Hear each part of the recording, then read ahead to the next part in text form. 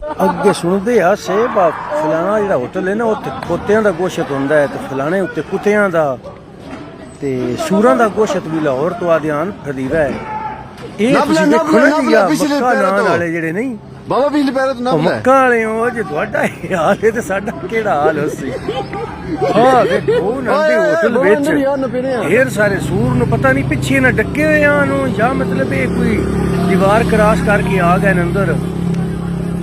ਤੇ ਵੇਖੋ ਤੁਸੀਂ ਇਹ ਮਾਰਦੇ ਵੀ ਉਹਨਾਂ ਚਮਚੀਆਂ ਨਾਲ ਨੂੰ ਪਏ ਜਿਹਨਾਂ ਚਮਚੀਆਂ ਨਾਲ ਉਹ ਡੇਕਾਂ ਪਾ ਪਕਾਈਦੇ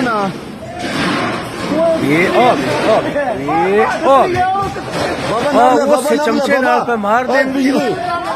ਉਸੇ ਚਮਚੇ ਨਾਲ ਡੇਕਾਂ ਪਕੜਨੀਆਂ। ਓਏ ਮੱਕਾ ਵਾਲਿਓ ਓਏ ਆ ਚੂਹਾ ਸੈਦਨ ਸ਼ਾਹ ਕੋਈ ਮੱਕਾ ਨਾਂ ਵਾਲੇ ਜੇ ਮੱਕਾ ਵਾਲੇ ਹੋ ਤੁਹਾਡਾ ਇਹ ਹਾਲ ਹੈ ਤੇ ਸਾਡਾ ਹਾਲ ਕਿਹੜਾ ਸੀ ਤੇ ਆ ਦਿਨ ਪਿਛਲੀ ਲੱਤੇ ਤੋਂ ਫੜ ਲਓ ਇਹ ਨਾ ਫੜ ਕੇ ਕੀ ਕਰਨੇ ਨੂੰ ਆਦਾ ਪਿਛਲੀ ਲੱਤੇ ਤੋਂ ਫੜ ਲਓ ਜਲਦੀ ਕਰੋ ਫੜ ਲਓ ਹੈ ਬਾਨਾ ਐਂਡ ਕਰ ਨੁਕਸਾਨ ਨਹੀਂ ਹੋਇਆ ਕੋਈ ਚੂਹਾ ਸੈਦਨ ਸ਼ਾਹ ਵਾਲਿਓ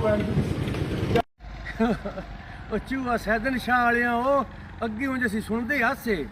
ਭਾਈ ਇਸਲਾਮਾਬਾਦ ਤੋਂ ਖੋਤਿਆਂ ਦਾ ਗੋਸ਼ਤ ਫਦੀਵਾ ਹੈ ਲਾਹੌਰ ਤੋਂ ਸੂਰਾਂ ਦਾ ਫਦੀਵਾ ਹੈ ਤੇ ਬੱਟ ਕੜਾਈ ਵਾਲੇ ਜਿਹੜੇ ਉਹਨਾਂ ਕੁੱਤਿਆਂ ਦਾ ਗੋਸ਼ਤ ਉਹ ਮਤਲਬ ਕੜਾਈ ਕਰਕੇ ਦਿੰਦੇ ਆ ਨੂੰ ਇਹ ਤੁਸੀਂ ਚੂਹਾ ਸੈਦਨ ਸ਼ਾਹ ਵਾਲਿਓ ਤੁਸਾਂ ਇਹ ਤੇ ਨਹੀਂ ਸ਼ੁਰੂ ਕਰ ਲਿਆ ਸੂਰ ਕਬਾਬ ਇਹ ਕੋਈ ਰਹਿਨੁਮਾਈ ਕਰਿਆ ਮੇਰਾ ਵੀ ਉਹਦੇ ਚੱਕਰ ਲੱਗਦਾ ਰਹਿੰਦਾ ਹੈ ਉਹ ਮੈਂ ਵੀ ਇਹ ਨਾ ਹੋਵੇ ਬਹੁ ਖਾ ਕੇ ਤੇ ਆਦਾ ਰਵਾਂ ਬੜੇ ਸਵਾਦੀ ਆਣ ਬਾ ਨਾਨ ਤੇ ਕਬਾਬ ਤੇ ਗੋਸ਼ਤ ਬੜਾ ਸਵਾਦੀ ਆਈ ਇਹ ਕੋਈ ਰਹਿਨੁਮਾਈ ਕਰਿਆ ਹੈ ਬਾ ਇਹ ਕੋਈ ਬਾਹਰੋਂ ਬਾਹਰ ਆ ਗਏ ਨਾ ਜਾਂ ਇਹਨਾਂ ਆਪੇ ਡੱਕੇ ਆਣ ਆਦੇ ਆਣ ਪਿੱਛੋਂ ਫੜ ਲਓ ਇਸ ਨੂੰ ਪਿੱਛੋਂ ਫੜ ਲਓ ਤੇ ਮਾਰਦੇ ਵੀ ਉਹਨਾਂ ਚਮਚਿਆਂ ਨਾਲ ਪਿਆਨ ਜਿਹਨਾਂ ਨਾਲ ਉਹ ਡੇਗਾ ਪਕਾਈਂਦੇ ਨੇ ਉਹ ਚੂਹਾ ਸੈਦਨ ਸ਼ਾਹ ਵਾਲੇ ਉਹ ਛਾ ਗਏ ਹੋ ਤੁਸੀਂ ਵੀ ਤੇ ਮੈਨੂੰ ਮੈਂ ਯਾਦ ਰੱਖਿਆ ਆਪਣਾ ਰੇਸ ਦਾ ਖਿਆਲ ਰੱਖਿਆ ਜ਼ਿੰਦਗੀ ਬਾਕੀ ਮੁਲਾਕਾਤ ਬਾਕੀ ਇਨਸ਼ਾ